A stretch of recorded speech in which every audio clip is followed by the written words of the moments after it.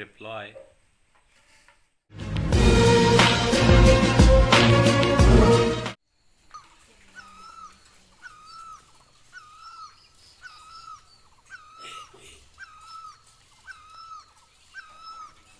ตอนนี้แมวพยายามสิแก้เสือกให้เซียวของมันเนาะสิแก้เสือกให้เพื่อนของมันเห็นปะ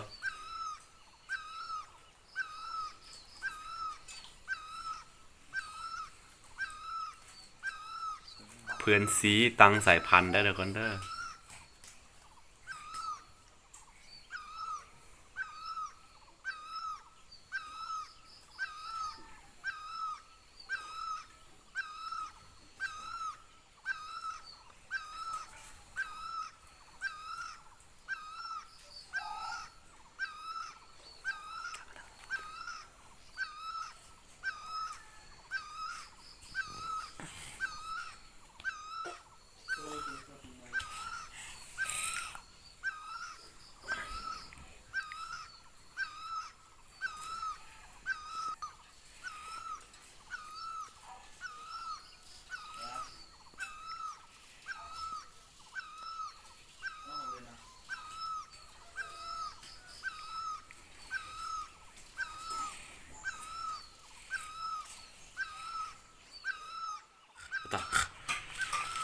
มื้อนี้เฮาสิมาทดสอบความสลาดของลิงเนาะเขาว่ากันว่าลิงนี่เป็นสัตว์ที่ฉลาดเนาะ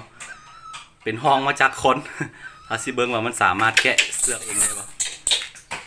โอเคแป๊บนึงโอ้ยเครียดแมวไปแกะเสือกให้ลิงไปแกะเสือก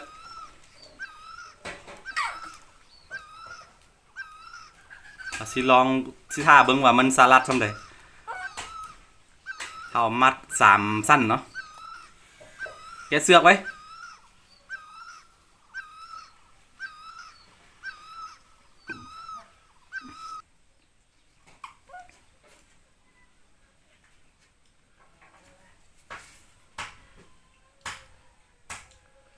หรือเพิ่งไปหลังอาเซนดา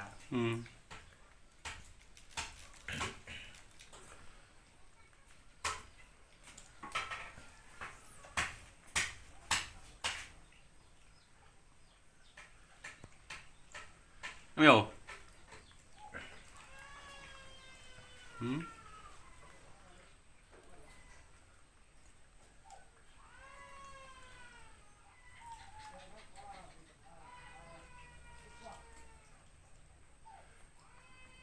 ไอ้เหมียวเฮ้ยไอ้มีอะไรเกี่ยวมี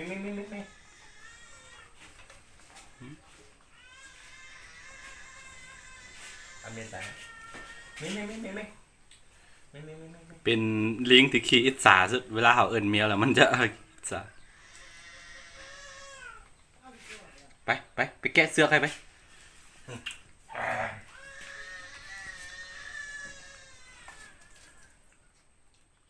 แกะเสื้อไป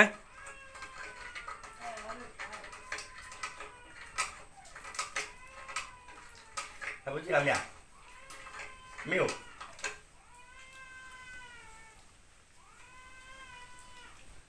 เดี๋ยวไปยังไงจะเกิน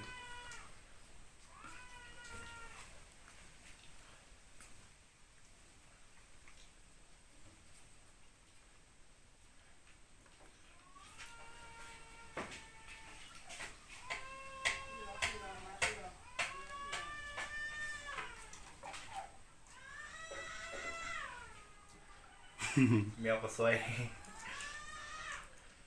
ช่วยกันแม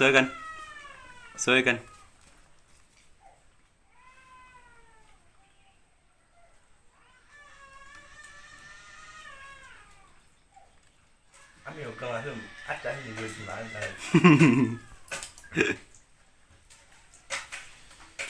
ช่วยกัน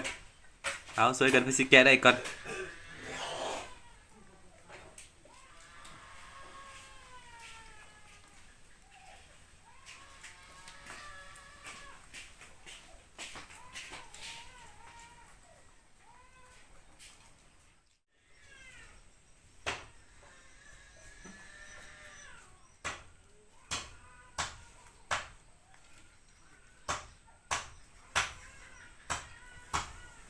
ช่วยกันช่วยกัน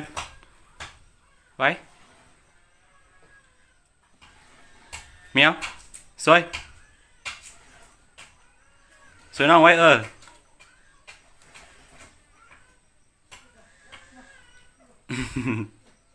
เมียวอามีช่วยช่วยช่วย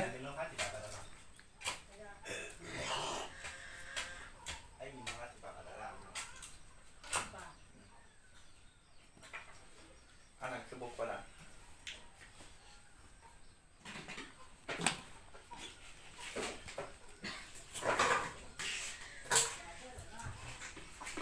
อามี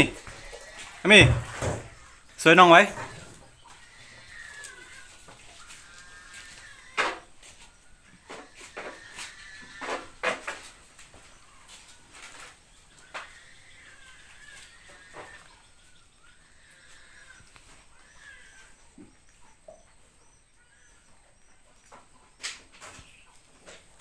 อามีช่วยน้องไว้ช่วยน้องไว้จิบเพื่อจิบเพื่อไว้ช่วยน้องไว้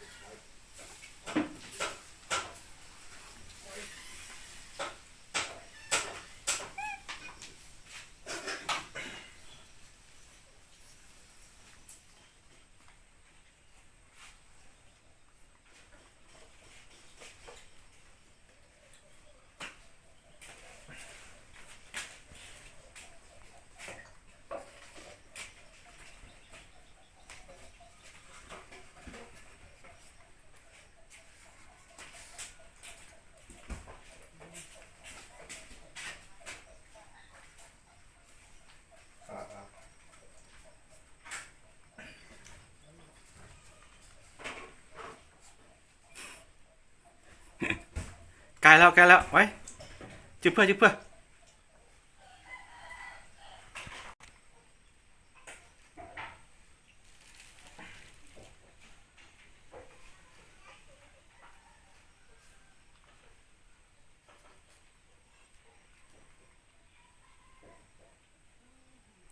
เรียบร้อยเรียบร้อยเถอะแห่ก็ไงโจแห่ก็เลยมาพี่ฮะล่ะ มาช่วยเนี่ย มันไปซองเมียวเรียบร้อยสลัดรอดเลยพี่ละ